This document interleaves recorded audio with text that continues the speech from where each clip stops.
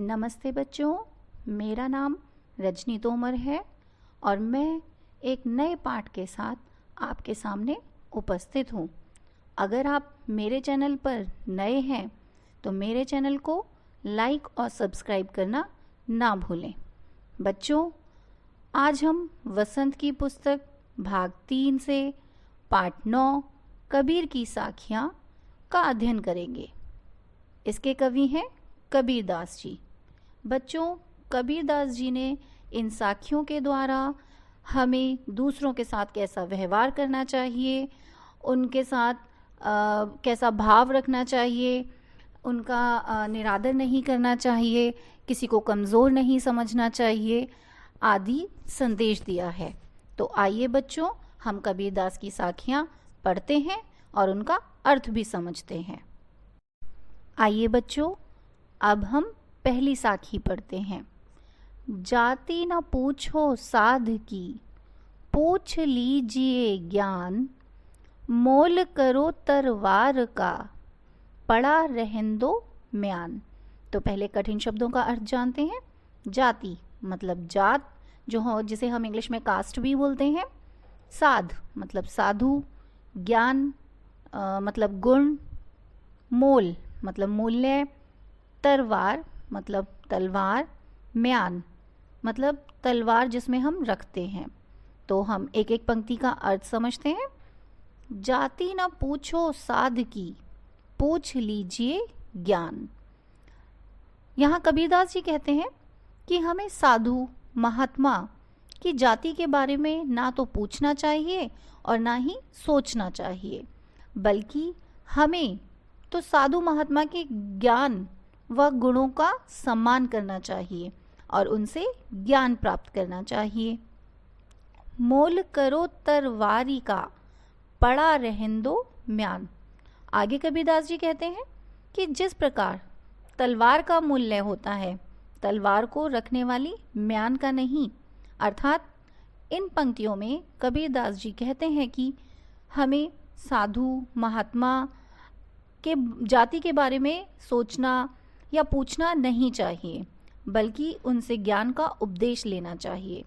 ठीक उसी प्रकार जिस प्रकार युद्ध में केवल तलवार काम आती है और जो म्यान होती है जिसमें तलवार रखी जाती है वो व्यर्थ ही पड़ी रहती है। युद्ध में तो केवल हमें तलवार का प्रयोग होता है। आइए बच्चों, अब हम दूसरी साखी को पढ़ते हैं।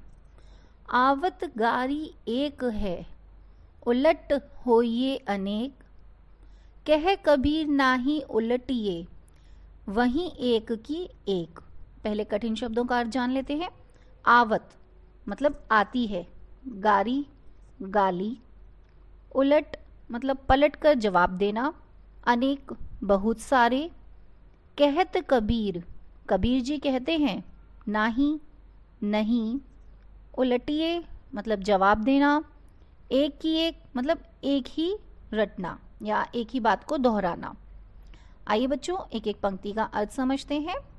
आवत गारी एक है, उलट होई अनेक। यहाँ कबीरदास जी कहते हैं, यदि कोई व्यक्ति हमें गाली या अपशब्द कहता है और यदि हम भी गुस्से में उसको पलटकर गालियाँ देते हैं तो गालियाँ क्या होती हैं, बढ़ जाती हैं। वो हमें एक देता है, हम उसे 2 देते हैं, फिर 3 4 ऐसे गालियाँ बढ़ती चली जाती हैं।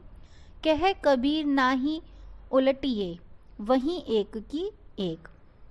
आगे कबीरदास जी कहते हैं, अगर कोई हमें गाली दे रहा है, हम फिर भी चुप रहते हैं तो गाली एक ही रहती है, वह गालियाँ नहीं बनती। अर्थात इन पंक्तियों में कबीरदास जी कहते हैं कि अगर कोई हमारे साथ बुरा व्यवहार करता है या गाली देता है तो हमें उसके बुरे व्यवहार का जवाब या उसकी गाली का जवाब बुरे व्यवहार के साथ या गाली के साथ नहीं देना चाहिए, तो वो बात वहीं ख़त्म हो जाती है। आइए बच्चों, अब हम तीसरी साखी को पढ़ते हैं। माला तो कर में फिरे, जीभी फिरे मुख माही, मनवा तो दसो दिसी फिरे, यह तो सुमिरन नाही। कठिन शब्दों का अर्थ समझते हैं बच्चों। पहले माला जो मोतियों की माला होती है, कर मतलब हाथ, फिरे मतलब घूमना, जीभी मतलब जीभ, मुख माही मतलब मुंह से, मनवा मतलब मन, दहु दिसी मतलब 10 दिशाओं में, फिरे मतलब घूमता या घूमना, तो मतलब तो, सुमिरन मतलब ईश्वर का ध्यान करना, नाही मतलब नहीं। अब हम एक एक पंक्ति का अर्थ समझते हैं।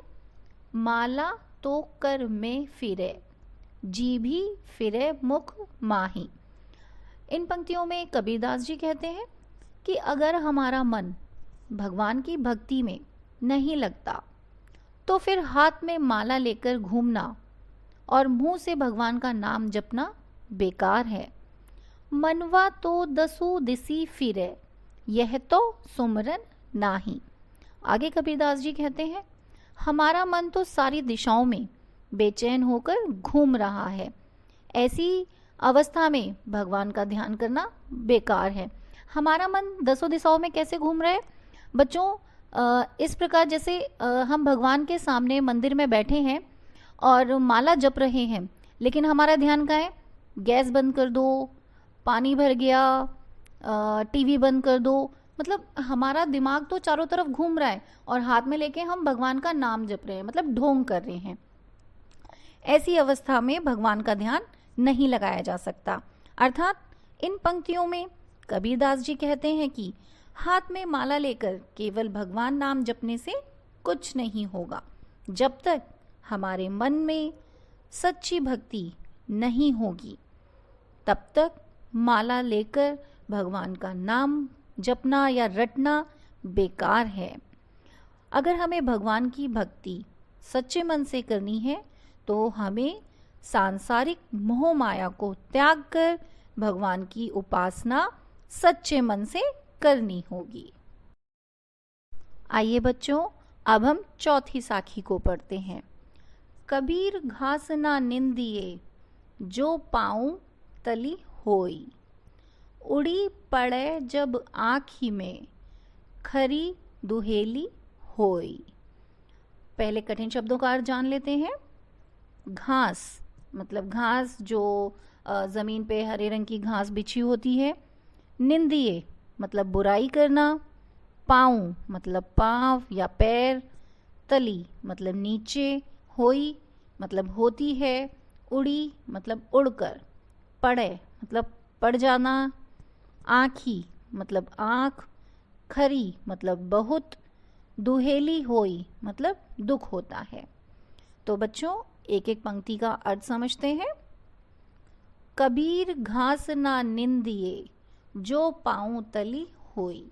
कबीरदास जी कहते हैं कि हमें घास को कभी छोटा समझकर पैर से कुचलना नहीं चाहिए। उड़ी पड़े जब आँखी में, खरी दुहेली होई।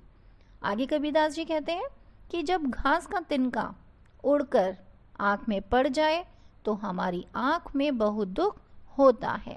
अर्थात इन पंक्तियों में कबीरदास जी कहते हैं कि किसी को भी कमज़ोर नहीं समझना चाहिए, क्योंकि एक छोटा सा घास का तिनका जिसको हम बेकार समझकर पैरों से मसल देते हैं, परंतु हम यह नहीं सोचते कि जब हवा चलती है तो यही छोटा सा घास का तिनका हमारी आँख में पड़कर हमें कितना कष्ट पहुंचाता है।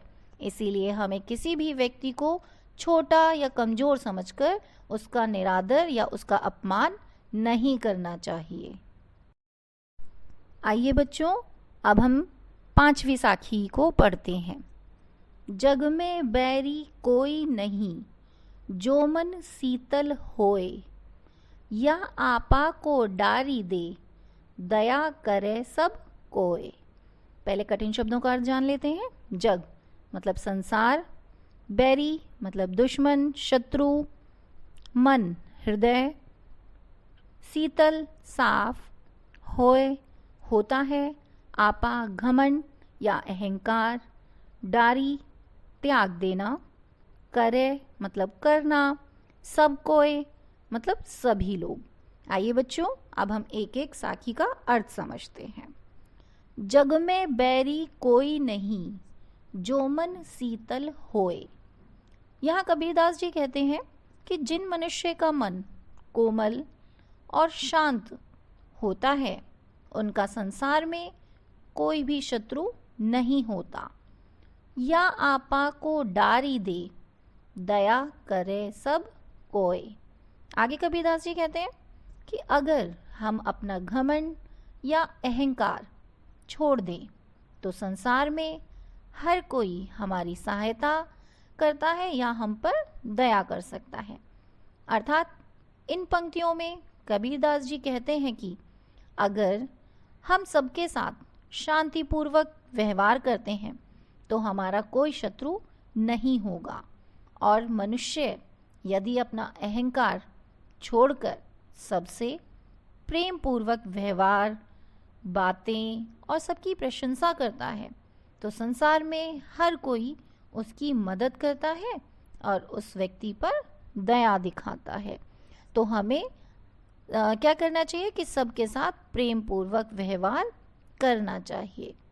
बच्चों, मैं आशा करती हूँ कि आप सभी को कबीर की साखियाँ अच्छे से समझ में आई होंगी।